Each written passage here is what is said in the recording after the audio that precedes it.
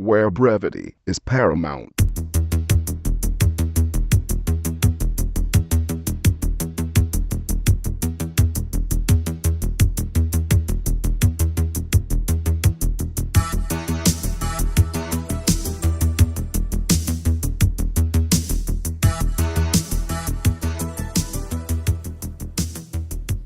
Hello, and welcome to episode 15 of Chet and John's Reassuringly Finite Gaming Playlist. My name's John Denton. With me, as always, is Chet Roivas. Hey, what happened? What happened? So if you haven't listened to the podcast before, it's really simple. Both Chet and I work in the games industry. We review games for a living. So we play a lot of games. So we reel off a top 10 list to each other of the games we played the most that week. 10 being the game we played the least, 1 being the game we played the most. Bit of chat, bit of discourse, and a little witter. So let's kick things off with Chet's number 10. Okay, my number 10 is Scarface on the iPhone. All right. Tell me you've downloaded it. Yes, it's there. I did it. It's my number 8, so that's a spoiler. Apologies. What is it? It's not for me. It was just a bland, empty. It felt like emptiness in a video game form. It's not even a game though. I'd like some psychiatrist or something to try and analyse why that appeals to anybody. Because you're just. I was getting a little bit of appeal from just clicking on the money and clicking on the little Tony Montana symbols, and hearing the little sound bites from the film. But why is that appealing? It's nothing. It's just probably the same feedback loop as a fruit machine or something like that. But at least a fruit machine, you get money at the end of it. Yeah, I know, but real. I don't know. Maybe it just taps into the same. I mean, what the fuck do I know? What did I do? I haven't done psychology. I don't know. I know. I'm. It's one of those games that I play, and I'm like, what am I doing? Why am I wasting my time? Even though I play it for seconds at a time. But I did a mission the other day. I did like an execution mission. Then the next mission was plan your own wedding. I was like, all right. I clicked on the thing, and it was in a two-parter. First part, go and book your wedding venue. So I found the wedding venue on the map with a bright green arrow over it. I tapped it. Tony Montana walked up, fired his gun about 10 times. I went, you want to go to war? I take you to war. The money bounced out, XP bounced out, and after that sort of turn of events had taken place, I'd booked a venue for my wedding. And then I had to go and get someone to bake a cake or something. Oh no, I had to get an artist to paint a painting for my wife as a gift. Same thing, tap the building. You want to go to war? Gunfire, and then he bought a painting. The thing that really struck me about that is, they're actually following the plot of the movie. Yeah. So I'm like, what are they going to do for the end? I don't know why I asked that question, because I know exactly what they're going to do at the end. They're going to ask me to tap a load of fucking buildings. But for some reason, I was adamant I was just going to delete it, but I might stay on. I mean, but what is it? I just want to know what it is. I might try and read some. Well, you can build your little base, can't you, in your base of operations? If you're prepared to wait a million years to accumulate the funds, yeah. Yeah. But then you can go and buy new funds, can't you? With real money, yeah. Yeah. Actually, there's a thing in the menu where you can earn money from like watching trailers for other games. Has that been done before? I don't know. I thought it was quite a good idea, because you don't have to watch it. You just press play and then you get $300 in your account or whatever. I thought it was quite neat, but horrendously shithouse game that I can't stop playing. So I wonder if I'll go back to it. I wonder if it's captured me. I doubt it. How long did you play it for? About 10 minutes? About 20 minutes? Yeah. About 20 minutes. It's a mystery to me. I genuinely baffled by why I even went back to it the second time, let alone the 50th. But yeah, bollocks. Yeah, but we've done a good job of talking about it on this podcast, so hopefully someone will join in with our pain. And hopefully someone will enjoy it. Maybe.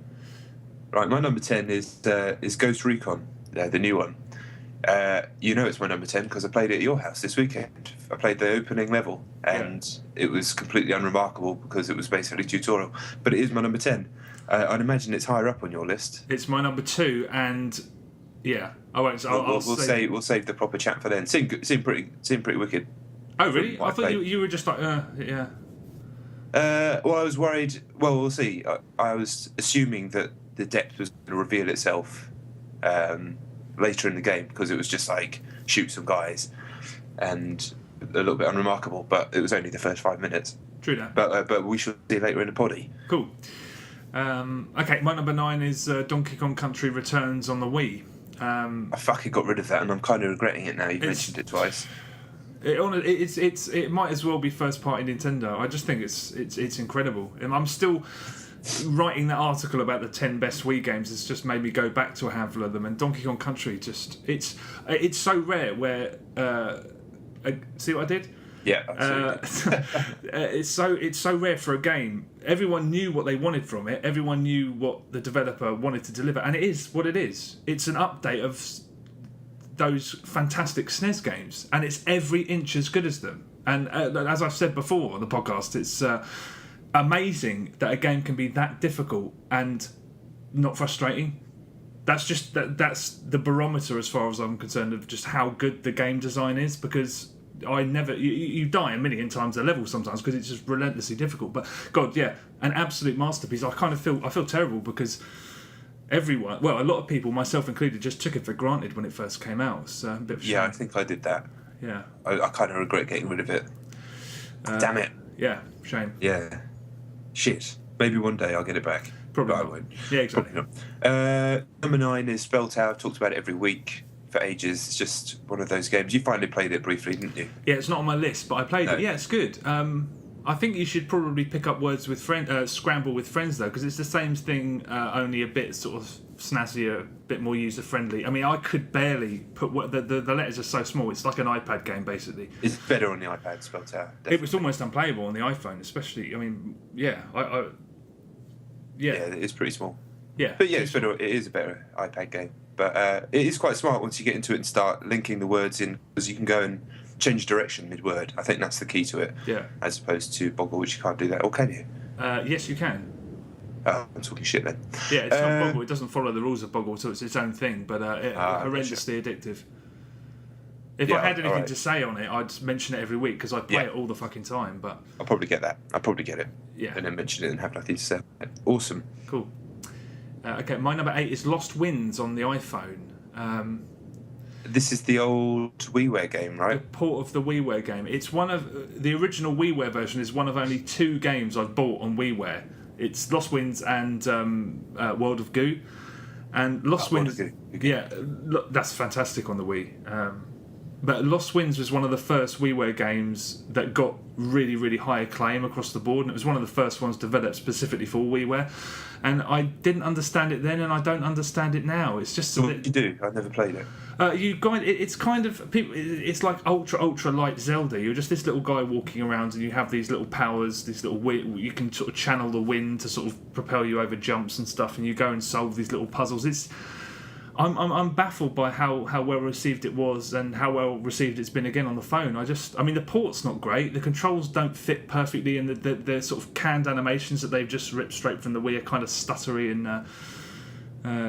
It's just, I mean, like the world, which is kind of a weird mixture of feudal Japan and like rural, early like post-war England. It just has no character. I don't like the lead guy. I don't like the flute music. The puzzles aren't especially great. I mean, when everyone had a massive fap over it, I didn't understand it on the Wii, and I just don't get it. Yeah, it's a strange one that everyone loves it. I don't understand. Yeah, I don't know. Maybe it was a case of because it was the first high-profile WiiWare game, and everybody kind of wanted WiiWare to succeed. I thought, yeah. Maybe there's a little bit of that subconsciously. But people still. I read a couple of reviews of the iPhone port, and they're like, "Yeah, it's great." I don't understand. I just don't like. It feels. I don't think there's a lot of personality to it. It feels calculated somehow. Right. I mean, it works, but yeah, just I don't like being in that world. The bloody flute soundtrack really winds me up. Yeah, I'm not a big fan of the old flute. No. Well, yeah, no. There's a lot of flute soundtracks on iPhone games. Is there really? Lot. Yeah, a lot. It's fucking horrible. Right, my number 8, Scarface. What is it? The Scarface? It's just called Scarface, isn't it? It's just called Scarface, yeah. It's just called Scarface. I've got a cold, so I'm not even going to attempt my Tony Montana impression. I can't even say Tony Montana. So, yeah, let's move on. I think we talked enough about that shit for one lifetime. Yeah, very, very true. My number 7's Motoheroz on the iPhone. It went free this week, right? It did, yeah. Is it? I couldn't work out if it's a direct port of the WiiWare game or it's a sort of reimagining, so to speak. I honestly don't know. I didn't even realise it was WiiWare until after I got the iOS version. Oh, okay. It's really good. I actually really like it, although people have said that it's like a sort of kid-friendly version of Trials. It gets as fucking difficult as Trials after not very long. Oh yeah, it gets hard. Yeah. and it's grindy. You have to you need money to buy upgrades, and you can't get more stars without upgrades, and you can't unlock levels without stars. So you're just grinding and grinding to make these coins, unless of course you take the option to buy some.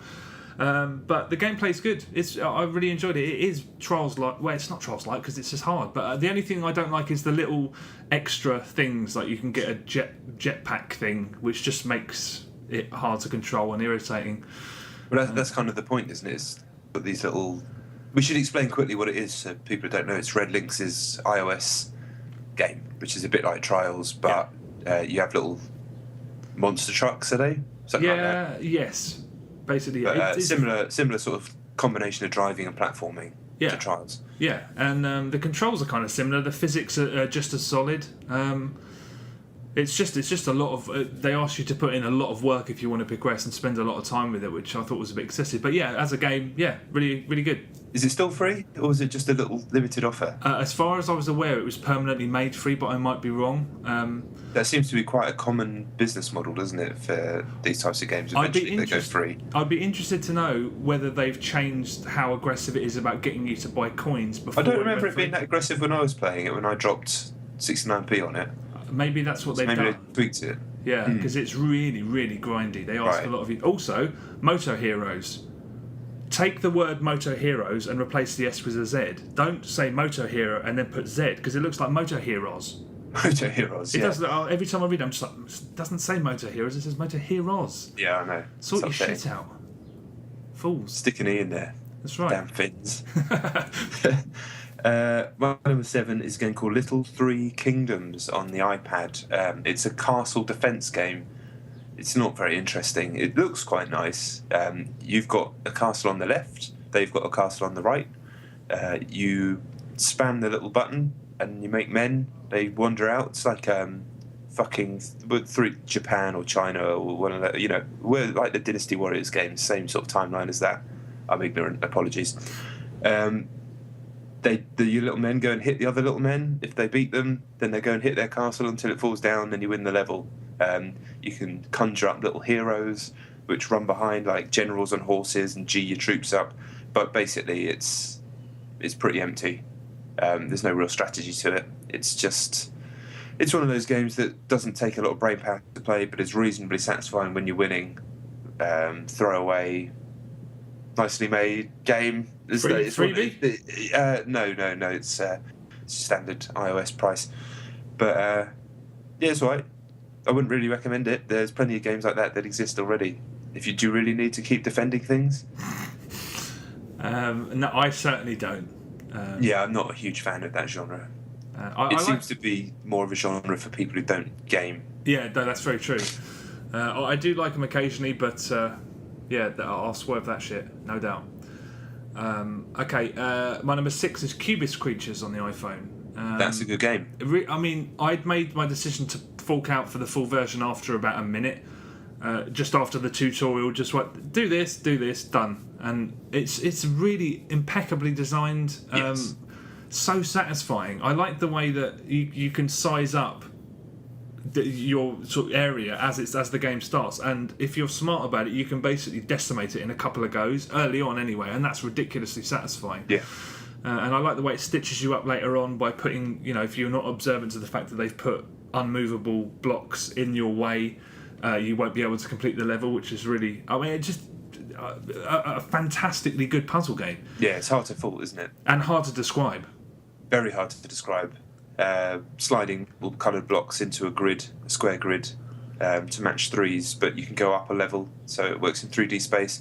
But it's very easy to understand and simple and accessible at the same time, and designed beautifully, even down to the sound design and everything. It's well worth getting, and there's a light version on the App Store. Yes, I'm pretty much I was about as blown away as you can get for a puzzle game on a phone. I thought I'm gonna probably try and play through it to the end if it doesn't get bastard hard. But yeah, fucking check that out. Cubis Creatures. Yeah, get on it. So my number 6 is a game that this happens sometimes. The review embargo is next week, so it's one of those ones where I'm going to talk sort of in broader terms about it.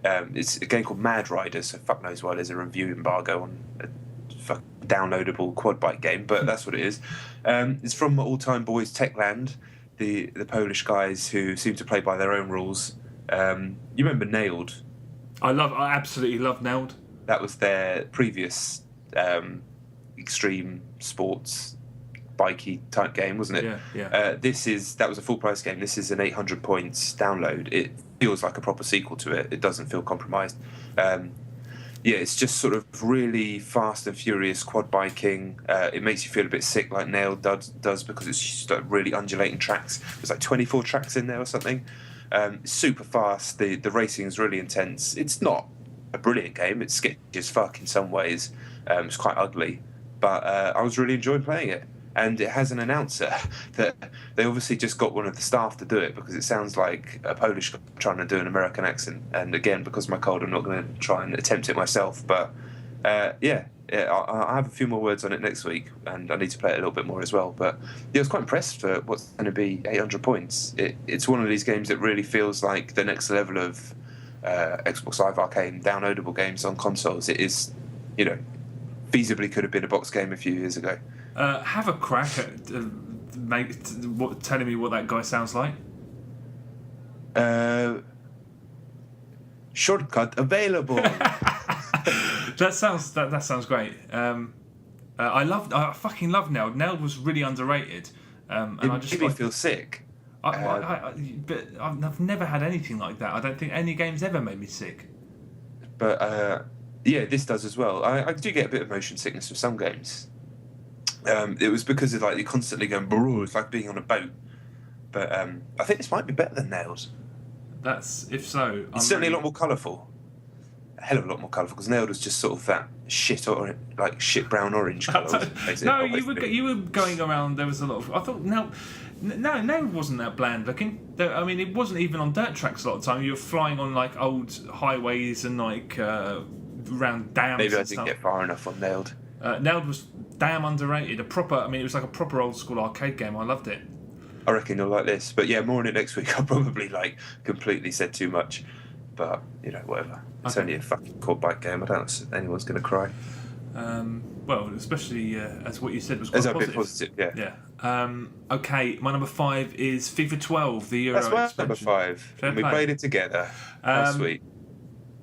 I still prefer the tournament football games, just because I like that aspect of it, because I don't like football outside of when there's a tournament, so it's easy for me to sort of get behind it. But the matchmaking system was pretty great when we were playing it.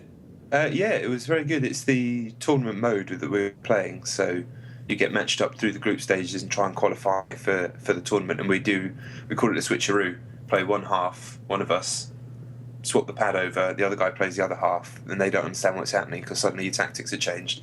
It's a little bit dry. But what's a little bit dry? The old Switcheroo. It's dry for them, but fuck them. We need to win. No, but that's what I mean. It's that's my favourite way to play FIFA. If you haven't done that, the old Switcheroo, pass the pad at half time, and you'd be surprised at how it just completely fucks over the other team sometimes. Yeah, they don't know especially how as to you adapt. and I play quite a different game. Yes. Generally. Especially as you still won't clear the ball in defence, which drives me fucking insane. Why would you do that? It's the old school of hoof. Why would you bother? Because every goal you concede is just passing it to their strikers. I like the frenzy. I enjoy the frenzy. You should never fall to frenzy. Let the frenzy happen. All right, okay. It's an argument that will rage forever. But yeah, the matchmaking system really, really impressed me, because it did feel like we were stepping up a ladder every time, and our opponents were getting gradually tougher and tougher. And I until they picked Spain, and then it was just impossible. Yeah, next time I try and do the online tournament, I might pick Spain, just because you get a stupid. Because I don't follow football. I don't understand why everyone isn't the same team. I don't understand what's the point in having why wouldn't you pick the team that has everyone ridiculous advantages in every fucking part of the game? Well, the idea is, even if you're playing as a lesser team, and it's a slight fault in this game actually. Say you play as a slightly lesser team than Spain, you'd adjust your tactics to compensate. But in this mode, you don't know who you're going to play before you're matched up with them, so there was no way of adjusting. We played as England, so I'd probably make it slightly more defensive if I knew I was going to be playing Spain. Maybe put one up front. But because we didn't know who we were going to play, there's no way of adjusting your tactics beforehand. But yeah, fuck it, it's only playing FIFA Online. Yeah, If you take it seriously, you're an idiot. Well, that's what I mean. I often don't change. I mean, I've unknowingly put my goalkeeper in centre forward before. That's because the planning side of it. I just want to play a really, really nice game of football like FIFA can deliver. But I don't know anything about tactics. But of course, it's. I don't give a shit about all that other stuff. Thankfully, most of the time, you don't really need to do that. No, that's you true. can still enjoy it. Yeah, indeed. So that was my number 5 as well. So Okay. might as well jump on to your number 4. Okay, my number 4 is Trials Evolution. I don't have a whole lot to say about it. Still playing multiplayer, still enjoying Gigatrack endlessly. Still got to do it. Next week, definitely, I want to do it. Okay, I mean, because it's just... the initial thrill was that you ping-ponged, one of you would get far ahead and then the other one, then you'd fuck up and then someone else. It's just constantly jostling for a lead. Now, we're all so good at it that it's even more hard fought. Still exciting, but we noticed something else. Another string in its bow, another thing that it's done completely under the bonnet that's just amazing. I'm so impressed. We did a random playlist. I set up a random playlist, had 3 friends in there, and we were playing a mixture of simultaneous and like sort of time trials essentially. And it without any, just completely invisibly, we were playing maps or tracks that I downloaded but no one else had. With a minimum of fuss, no extra loading times, no nothing. It just put them on the playlist, and then incredible. I was like, everyone was like, "What the fuck's this track?" And I'm like, "Yeah, have you not downloaded this?" I was like, "No." I was like, "Fuck!" It just That's brilliant. Amazing, completely. I mean, that technically that game I can't believe it. Sometimes the amount of stuff they've managed to do, and it's all completely under the hood. Give me a shout next time you're doing multi, so I want to get back involved. I've pretty much done with the single player, I think.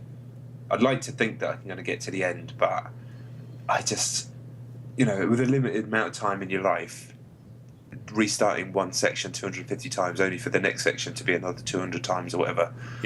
Yeah, I just don't think I've got time to do it, but I do want to do some more of that multi. It's damn fine, especially with that fucking putting the tracks in. That's brilliant. Yeah, the next time we go on, I'm just going to download some of the highest rated tracks and then just do random playlists, because then you're all blind to what's coming up. But I was just like, wow, they really have done something special with that game. Yeah, really have. Amazing stuff, really. Yes. So that was your number 4, right? Yes. My number 4 is Dragon's Dogma. The embargo's dropped. If you want to read my full review, it's on videogamer.com. Yeah, it's a funny game, Dragon's Dogma. It's one of those ones I kind of alluded to it in a review, that it was actually really tough to score, because at times I hated it, and I had to kind of be a little bit objective about it, because the stuff that I hated, I can't hack it when NPC characters say the same thing over and over again in any game. It fucking drives me bananas. But for other people, they can probably just ignore it. And the pawns, the AI companions that you have in Dragon's Dogma, never shut up. I mean, they never fucking shut up. I likened it to driving from Cornwall up to Scotland with 2 kids in the back who are jacked up on Monster Energy, and that's what it's like. It's just relentless chatter, and that was enough to make me seethe. I hated it. The other thing, which I talked about last week, is that a lot of the game is dead ends. It's the map uncovers itself as you travel around the world. It's a big open world, kind of Western RPG style, if you don't know what the game is, but from Capcom. Anyway, but there's a lot of dead ends because you don't know where you're going. So you've got the thing on your mini-map, like an X, you need to get there for the quest, but you don't know how to fucking get there. So I spent a lot of time just walking down dead ends with these people constantly talking to me, and that is a killer for an idiot like me who can't handle that in a no sense direction. Are you totally sure you can't turn that shit off? Yes, you can. Okay. I checked. Yeah.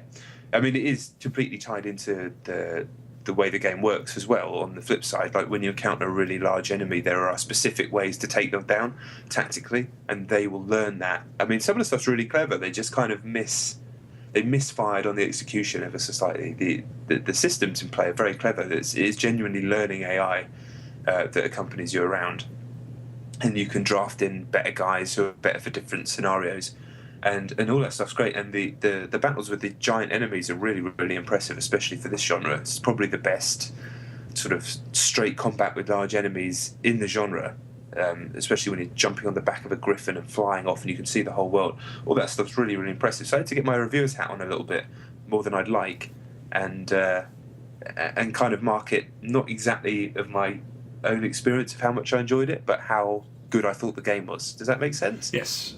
I still like the look of it. I haven't played it yet. Did you? How far through did you get? I played a fuckload, to be honest. It's a big fucking map, and there's no fast travel. So a lot of it is like plodding backwards and forwards and planning your journeys very carefully so you don't get fucked, because it can be extremely hard. But I don't know. I didn't get to the end. I'll be upfront about that. But I did play like fucking hours and hours and hours of it, and it did get a bit monotonous with me. But it's definitely a game. If you're the type of person that's really into like the minutiae of sorting out your gear and your party and getting the best bang for your buck against the enemies, if that's the type of thing that you're interested in, I reckon you'll love it. And I know people who do. If you're the type of person in this genre who enjoys discovery and going off and creating your own stories, Skyrim, Bethesda style, then Dragon's Dogma is not for you. And if you want Dark Souls atmosphere, then it ain't for you either. But I can see how people like it. It's fucking weird, but I don't really like it, but I think it's all right.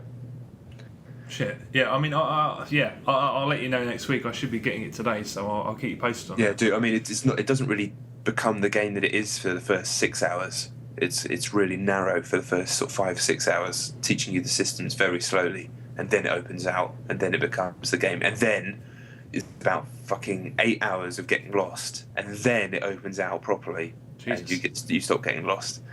So yeah, you're in for the long haul if you want to do it properly. Okay. I like the fact that there's been such a varied spread. Me too. I like any game that can polarise people. Oh, okay, I'll check it out next week. Okay, right, my number 3 is Battlefield 3. I'm playing it next week, mate, definitely. Yeah, we're booked in. We'll see.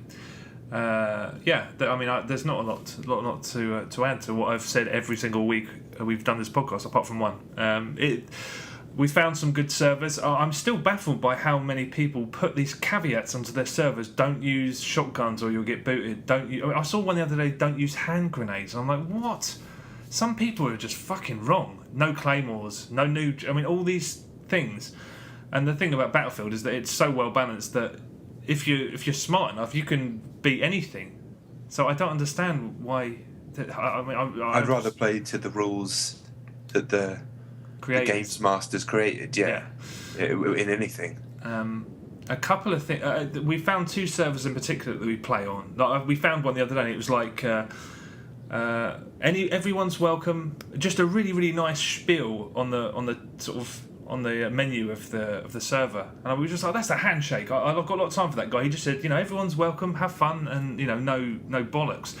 But over the course of the last week, he started trying to shill for money, saying, guys, I'm glad you like this server, but times are tough, and we've got to try and prolong the dream and all this shit. And it's like, PayPal me money, and it's like, what? And then he's modified the. I'm just so interested because they're not. It's a pain that anyone should have to pay for servers anyway. But as they go, I'm quite surprised at how non-expensive they are. Yeah, inexpensive. But do you have to play on people's servers? You did, but then EA put some DICE servers back on, although nowhere near as many. And I mean, like, if you search for an official DICE server, I've sometimes found 1 or 2. At a time, and they're always full.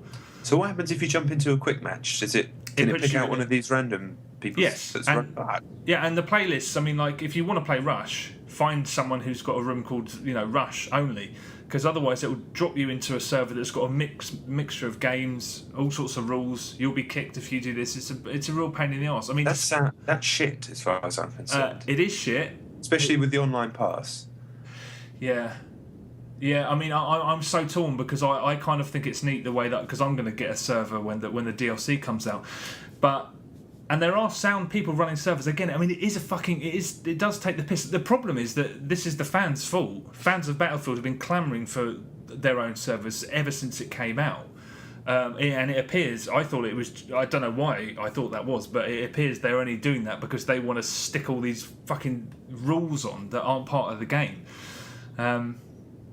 Ever since the update, it's been great, and that's the other thing we've noticed. When we turn on Battlefield, we're all in the same game within about 2 minutes, whereas before that could take over half an hour. That's good. Yeah. there's minimal fucking around. But yeah, it's still just mind-blowingly good. So next week we're going to be playing with David Turner from Joypod. Very Cool. excited. Cool. We'll report back on our findings, but it should be a good sesh. Nice.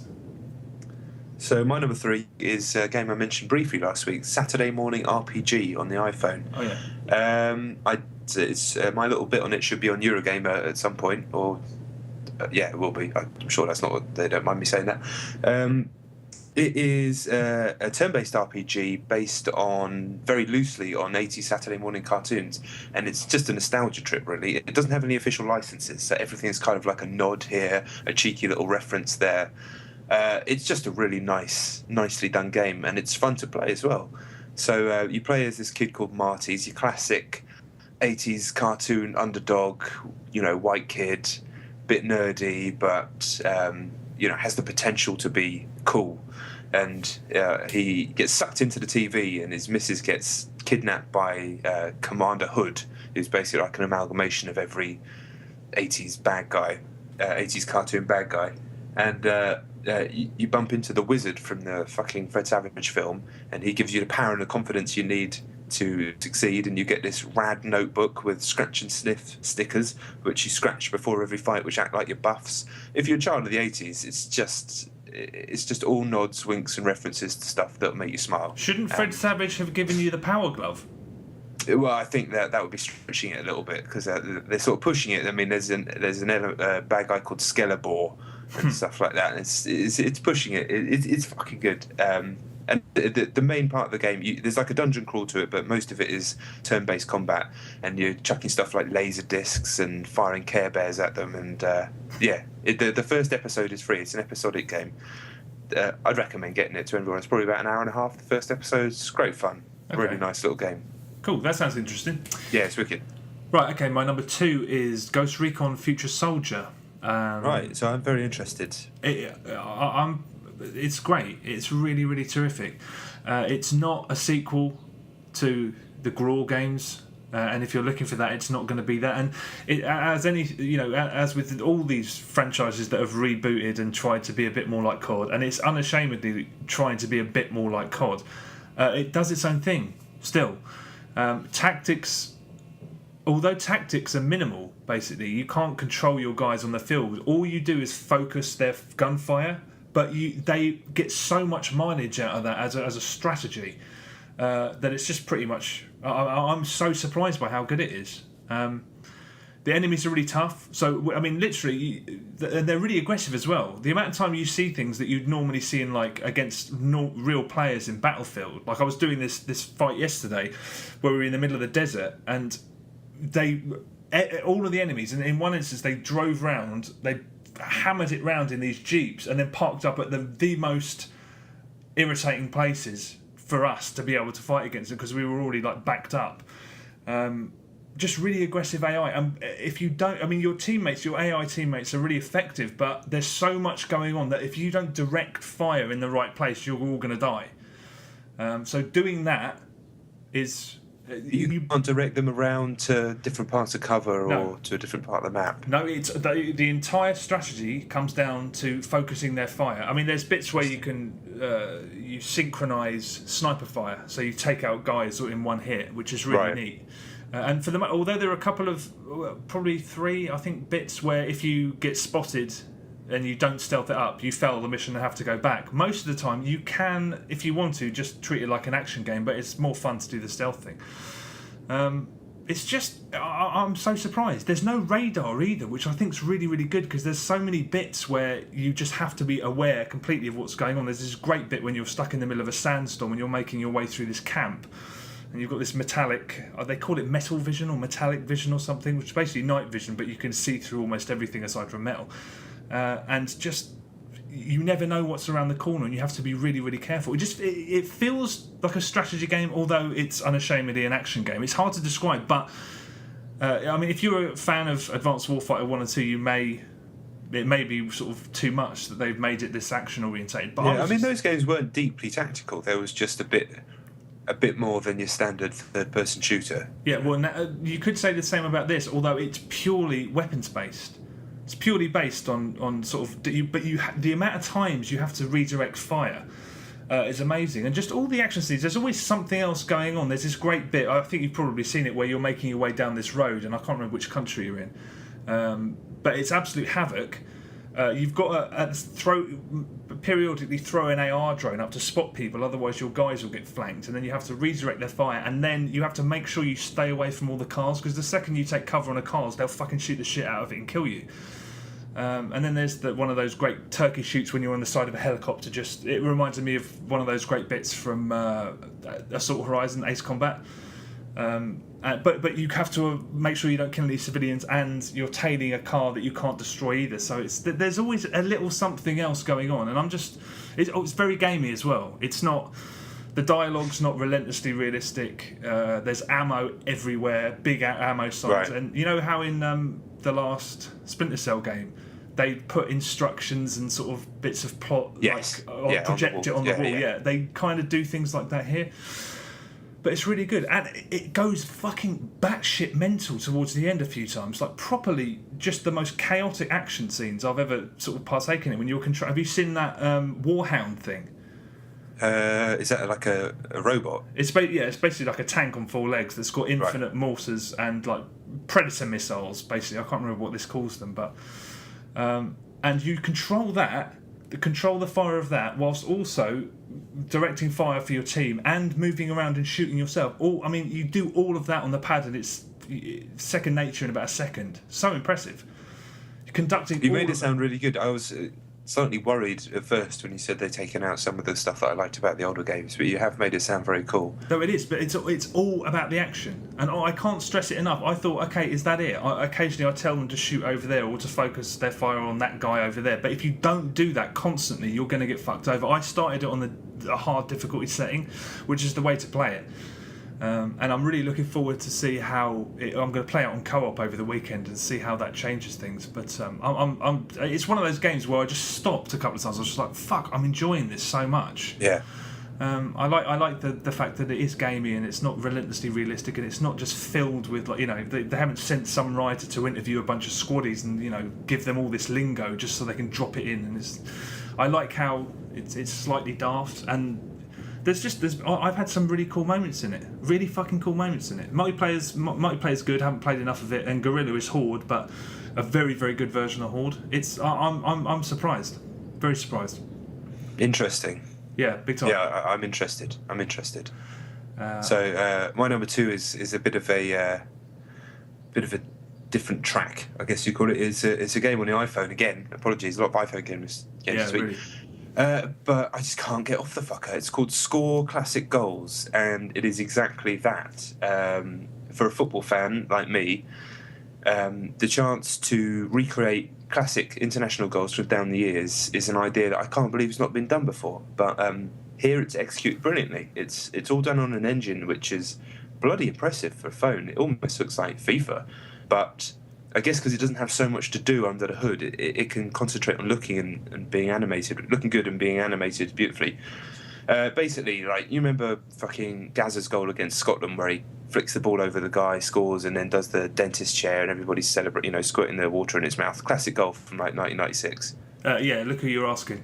Yeah, I know, but I thought that was probably the most famous one. You'd have seen it in a million. It's been shown 100 million times since then on British TV. Goals like that, people know what I'm talking about anyway.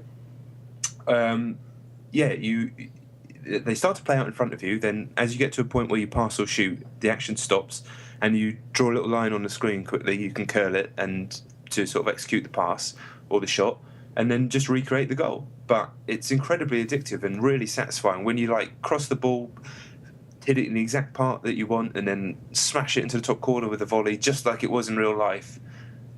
Wicked. 69p. Any football fan needs to get it.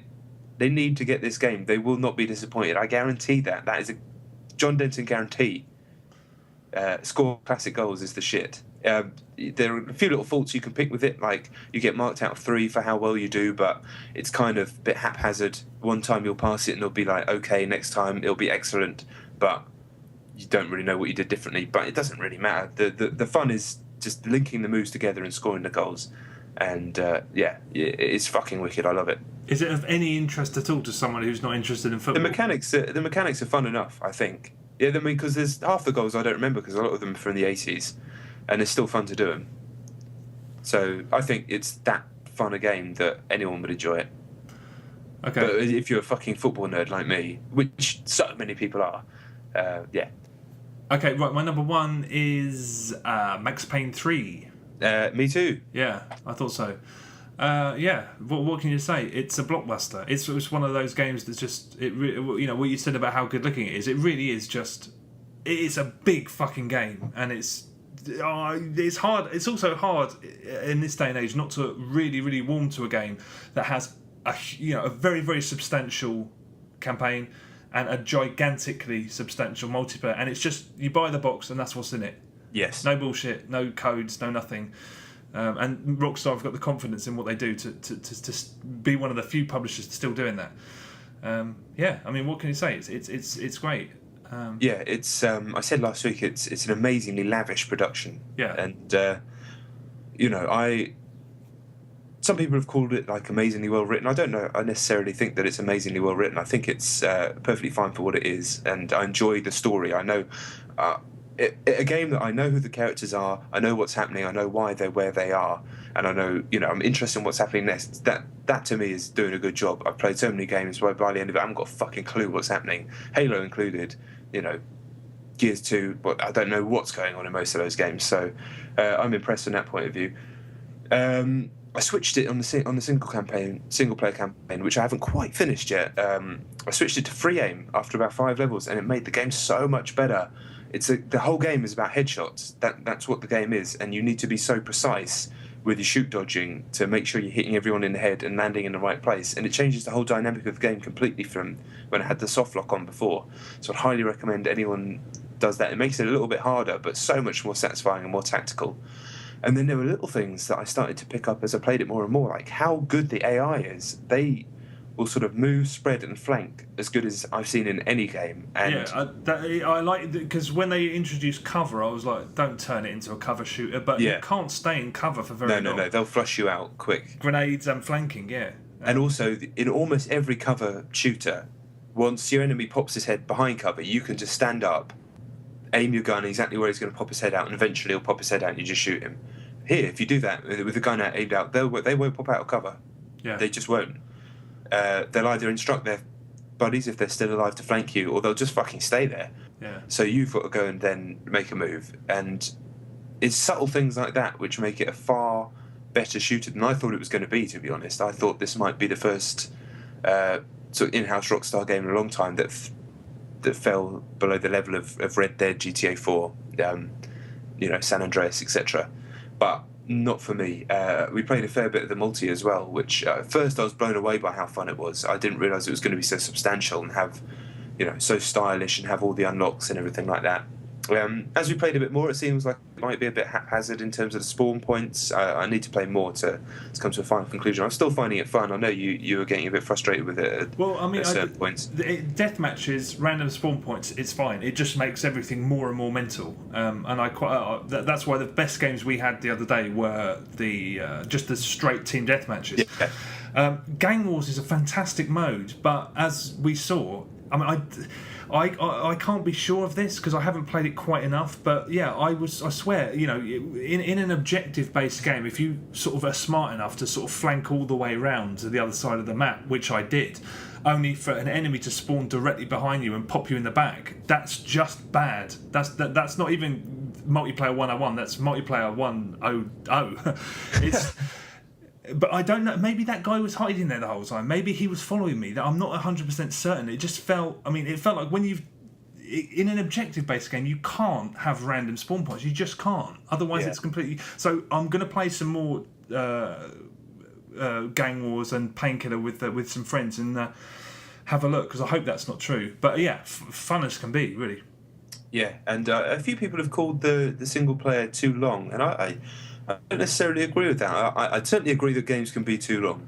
Some people, I think, have gone against those reviewers and said, how could you possibly say a game's too long? Of course it can be. But for me, a game is too long when it starts going to shit places like docks or warehouses, you know, and all the fucking textures look the same, or when it starts reeling off heavy enemies at you one after another, when it just runs out of ideas and money, basically, and you're doing the same thing over and over again. I haven't quite finished. I'm on the second to last chapter. Every level has been in a completely different place. The quality hasn't dropped. In fact, if anything, in the last chapter, it's ramped up. And I have been sensible enough to play it in sort of 1.5 chapters at a time, then stop. I understand when you're reviewing it, you can't do that. So I do worry that some of the people that had to review it maybe had to play 6-7 hours on a trot, and it is quite a repetitive game mechanically. So I think that could probably start to eat away at you. But you know, most gamers won't play it like that. I've had to do that before and found games too long and too repetitive, when in actual fact they probably aren't quite so bad. But you know, you've got to do it in 2 days for a deadline. But you know, not to, if that's what they think, then they're absolutely. Who am I to question that? That's just a theory that might be how they landed at that point. But I will finish it probably tonight, and I can imagine me going back through on hard, which is rare for me. So I rarely play games more than once. With regards to the writing, I think Rockstar games are very much like Guy Ritchie movies in that they're often a little bit slack with editing. So like people, I remember when Snatch came out, and I was just like, that's a fantastically entertaining bit of fluff. But because Guy Ritchie doesn't edit out, or he hasn't got someone to edit out his really lame jokes, why do they call him the bullet dodger? Because he dodges bullets, Abby. Cut that shit out. But things like that wear some people down to the point where they're like, he's shit. When he's not, you're ignoring what he's doing well. And people have been like this with Rockstar, and it's because periodically in all of their games, only a couple of times each game, I think, they tend to overwrite stuff a little bit. It's overwritten. Max Payne 3 in a couple of instances that I noticed. I mean, when those bandits sort of there's that siege on the penthouse, the first thing that happens in the game, there's all that commotion, they head off, and then you and Passos go and pursue them, and the voiceover goes, things went from fine to fucked up in about a second. And it's like, Max Payne, I do know that. I'm going to go and pursue and kill these guys. There's no, you know, it's just, there's stuff like that where it's, I mean, only a couple of instances, but I can understand why little things like that tend to annoy people into fucking going off into massive rants about, oh God, fucking terrible writing. But yeah, just people are loving it. So that says a lot about it. I can't wait to get stuck in. I want to do it on New York Minute, which is just right up my alley. Straight, it very reminds me of the club. Yeah, I'm probably going to do that as well. Yeah, there's all these little things I want to say about it, but I could talk for ages. I really get into kind of very small bits of design in these types of games, probably because I've just had to play so many third-person shooters throughout my career, and so many fucking shit ones. Yeah. That when one's changing small things that do so much for how the thing plays out, I'm always impressed by it. But the amount of money that must have gone into that game, you know, people have said, why aren't other developers doing stuff to the standard? Well, you know what, they can't fucking afford to. Yeah, true. So yeah, that has to be taken into account as well. Yeah. No, it's a great game. Just two. I've already had so many great moments in it. So yeah, it's pretty much essential. Yeah. It's just one of the Rockstar games. You just got to be honest, it's one a year. It's just, you got to do it, haven't you? You've got to check it out. No doubt. Pretty much. No doubt. That's it, isn't it? That is it. Okay, yeah, that's us done. That's not 40 minutes, is it ever? Yeah. One day. Well, maybe in July when there's no games. Very true. And it's all Scarface. Yeah, just nothing but iPhone tat. Yeah. Let's wait for that day. Thank you very much for listening. Check out the site if you haven't already, www.thefiniteplaylist.com. Our Twitter details are on there and stuff.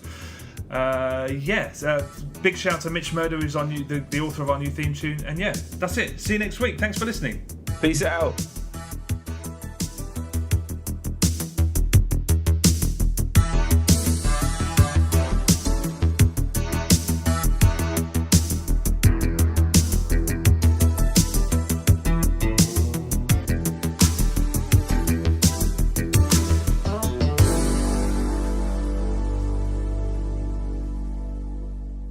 Hey, what happened?